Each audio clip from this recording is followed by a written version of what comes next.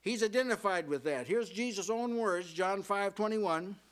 As the Father raiseth up the dead and quickeneth them, even so the Son quickeneth whom he will. Now, if you can, I speak as a man, if you can be on the Lord's good side, he'll make you alive.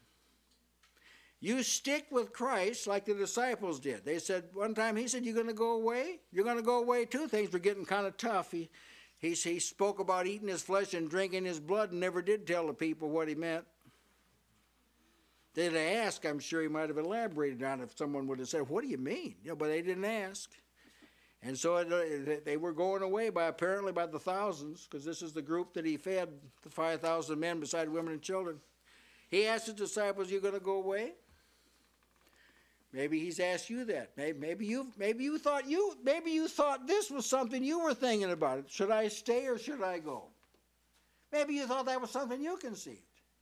Oh, no. This was Jesus asking you this. You're going to go away too? Now, the person who says, there isn't anyone else I can go to. No one else has what you have. That's the person who's going to be quickened.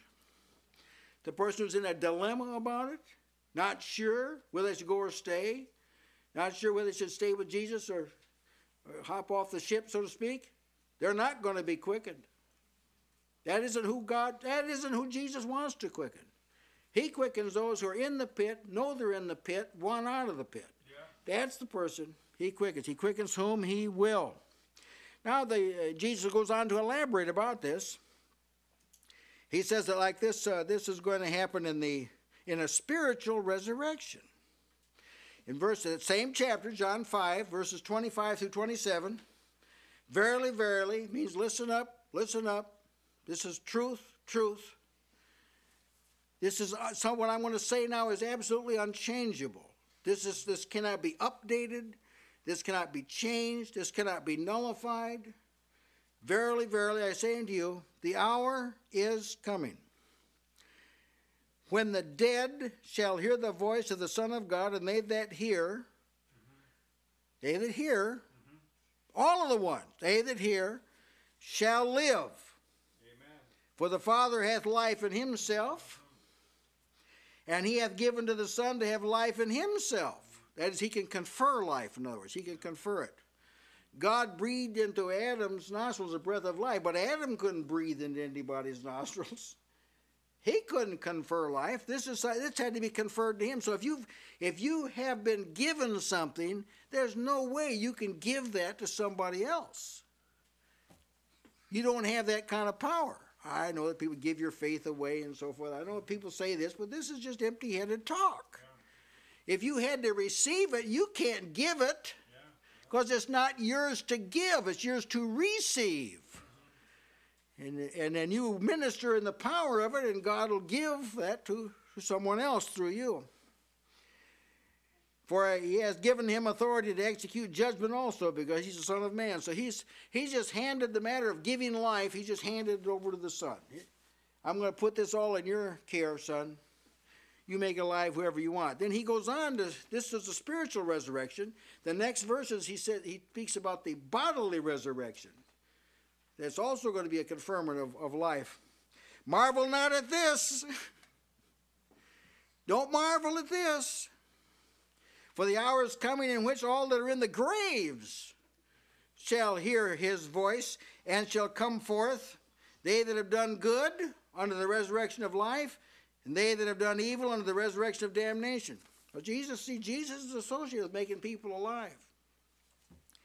Now, I have a very strong persuasion about this, that the sense of this is dying out in the church world.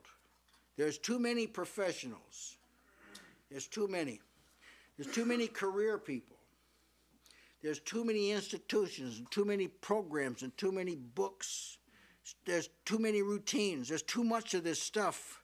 These are substitutes for Jesus, but the catch is whatever can't raise the dead bodies out of the graves, whatever can't do that, can't raise a person from spiritual death.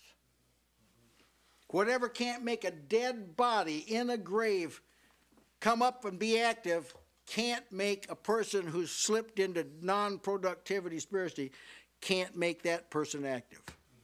Got to have authority in both realms, and Jesus does. So that's a good way to just kind of weigh the worth of something. If something says, this is the secret. This is the secret. If you fast, then you get the power. Someone else comes along and says, no, no, no.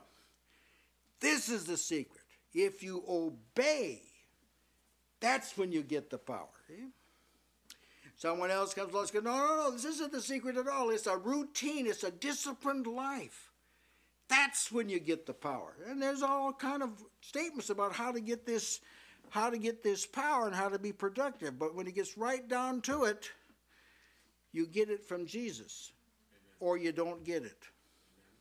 Because he gives it according to his will, not your will.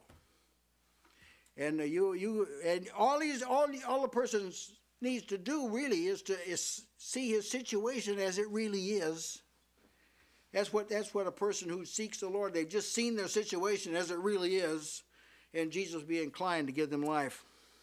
Jesus said his words had quickening power. Remember, now quickening this is God's recovery program, you might say.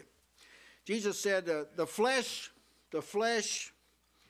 profits nothing. It can be Adam flesh before he sinned. It could be that. It could be Nebuchadnezzar flesh in his glory. It could be that flesh. There's a lot of it. Could be Moses on Mount Sinai. It could be that. The flesh profits nothing. That is in this area of making alive and recovering and becoming receptive and becoming responsive and this sort of thing. The words that I speak unto you, they are spirit and they are life. They have quickening power. Because it is the spirit that quickens, makes alive. So a person who's not working a lot outwardly for the Lord, it's not their outward habit that's the problem. It's just they're like a paralytic. They're like someone who's impotent. The problem is there's no life in whatever there's no life there. That's why there's no productivity. Now enters the value of ministry and edification and exhortation, and that now enters the value of all that sort of thing, because that's an appeal to get the Lord into the situation. The abundant life that the Lord gives, it's not like a lot of things, even though this is being taught quite extensively these days. It's not a lot of things because a lot of things can't change you.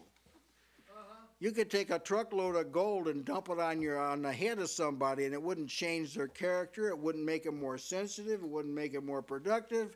It wouldn't alter them in any way, unless it would be a decline. He said, I'm come that you might have life and have it more abundantly. See, well, it's the life he gives, is not things. He has life in himself. That doesn't mean he has gold in himself or houses in himself. That's not what it means. It means he has in himself the kind of life that connects you with God. So you hear what he says, you see what he's doing, you sense in your heart his will, this sort of thing. Jesus administers that sort of thing. Amen. You might remember that Jesus said, see, in giving abundant life, he's giving himself. That abundant life is himself, is what the life is. He said to Martha, he said, I am the resurrection and the life. See, I'm the life. That's why it's in abundance. Any other kind of life isn't in abundance. And again, the scriptures say, 1 John 5:12, he that hath the Son hath life. That's the way it is. That's quickening. This is how God quickens people. He doesn't quicken people by passing his hand over you or striking with a thunderbolt from heaven or some miraculous means this way. He does it by imparting the Son to them. Who has the Son has life, and all the things that are connected with life, which includes, as I have mentioned, responsiveness. He that has the Son is responsive. He that has the Son is alert. He that has the Son is sensitive. He that hath the Son is productive. He that has the Son has knowledge. He that has the Son is aggressive. Everything that goes along with being quickened or made alive, whoever has the Son has all of those things. It is true they're in measure.